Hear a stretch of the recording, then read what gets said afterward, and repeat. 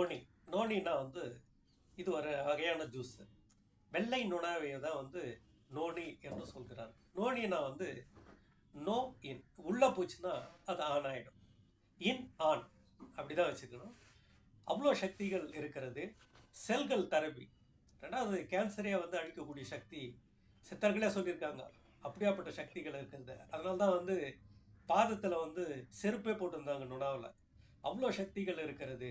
இது வந்து ஒரு ஆன்டி ஆக்சிடென்ட் என்று சொல்வார்கள். நம்மளுக்கு வந்து நோய் எதிர்ப்பு சக்தி வேணும்னா மாதம் இல்லைன்னா 3 மாதத்துக்கு ஒரு 3 நாள் உணவை எடுத்துக்கணும். அவ்வளோ சக்திகள் இருக்கிறது. கேன்சர் என்ற நோயே வராது.